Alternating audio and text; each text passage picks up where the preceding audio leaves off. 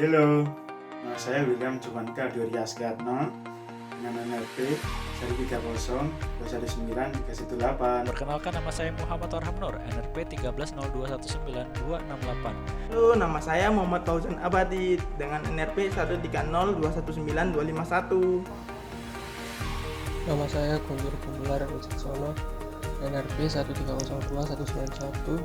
Kenalkan, nama saya Vincent, NRP 130219231.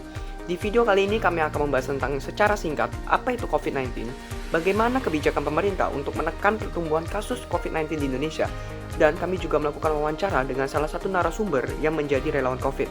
Langsung kita cek videonya. Saat ini dunia kita sedang mengalami pandemi yang luar biasa, yaitu pandemi COVID-19. COVID-19 sendiri memiliki pengertian penyakit yang menular yang disebabkan oleh jenis virus yang baru ditemukan, yaitu coronavirus. Orang yang terpapar penyakit ini mengalami gejala-gejala seperti batuk kering, demam, kesulitan bernafas, sakit tenggorokan, demam, pilek atau bersin-bersin. Selain itu, untuk orang yang memiliki daya tahan tubuh atau imun yang rendah, penyakit ini akan sangat membahayakan sekali, bahkan hingga kematian.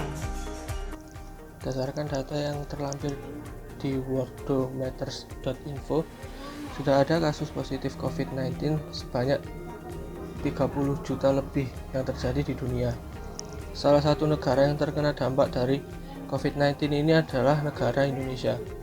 Di Indonesia, kasus positif dari corona ini sendiri per tanggal 20 September 2020 sudah mencapai angka 240 lebih orang.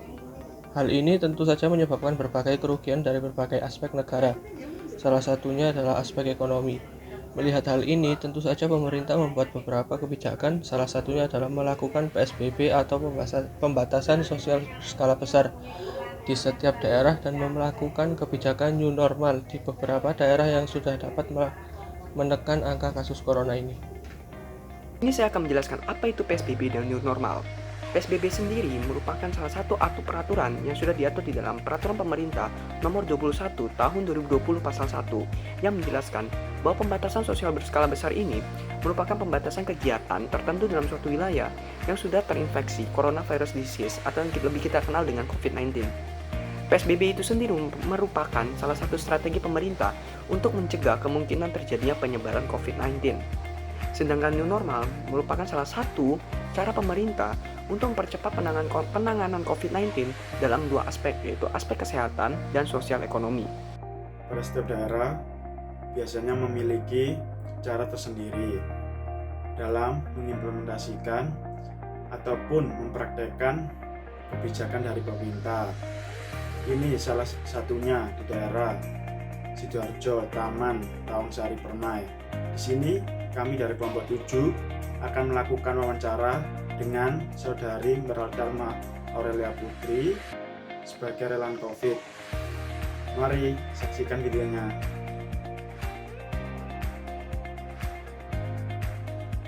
Saya sudah memiliki salah satu narasumber yang merupakan relawan dari COVID-19 yang berasal dari Sidoarjo. Mari kita beri beberapa pertanyaan untuk lebih mengetahui tentang penanganan COVID-19 di daerah tersebut. Nama saudara siapa? Nama saya Meralda Alma Aurelia Putri.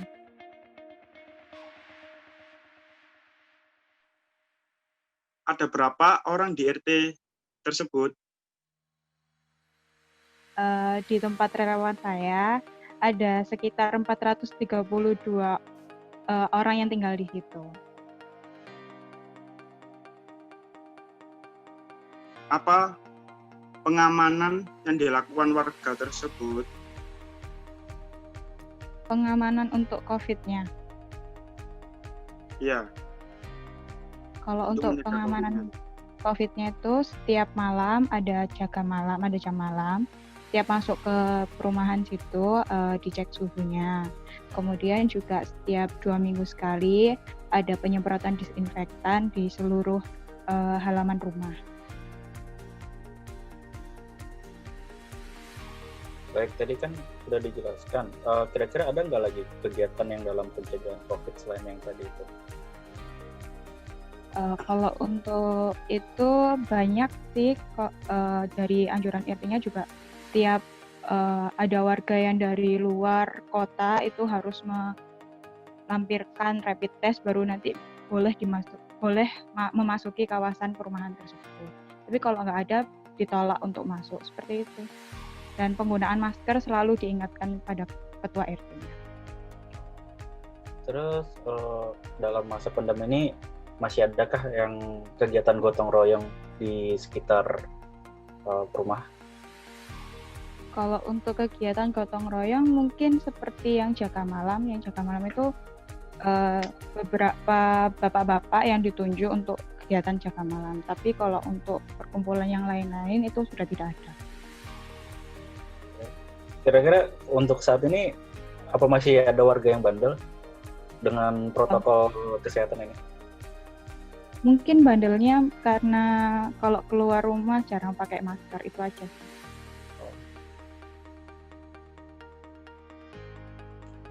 Selanjutnya, adakah konsekuensi jika tidak memenuhi protokol kesehatan yang telah ditentukan di wilayah tersebut? Kalau untuk konsekuensinya sendiri dari Bapak Ketua RT-nya itu tidak memberikan. Tapi jika tidak mengikuti protokol kesehatan, kegiatan apapun itu tidak diberikan izin. Seperti itu. Bagaimana etika atau perilaku yang ditunjukkan warga sekitar dalam mengikuti protokol kesehatan? Karena dari tokoh masyarakatnya itu sangat sangat mengedukasi warganya agar selalu mengikuti protokol kesehatan, jadi warganya jadi tetap ikut mengikuti protokol itu, walaupun ada yang sedikit bandel juga. Kenapa menjadi relawan COVID-19 ini? Alasannya? Karena dari sebenarnya saya menjadi relawan COVID itu sebagai pengganti dari skripsi saya. Jadi laporannya itu dijadikan jadi skripsi. Tapi setelah terjun ke masyarakat langsung, saya senang karena bisa sedikit membantu pemerintah untuk memutus mata rantai penyebaran virus COVID ini.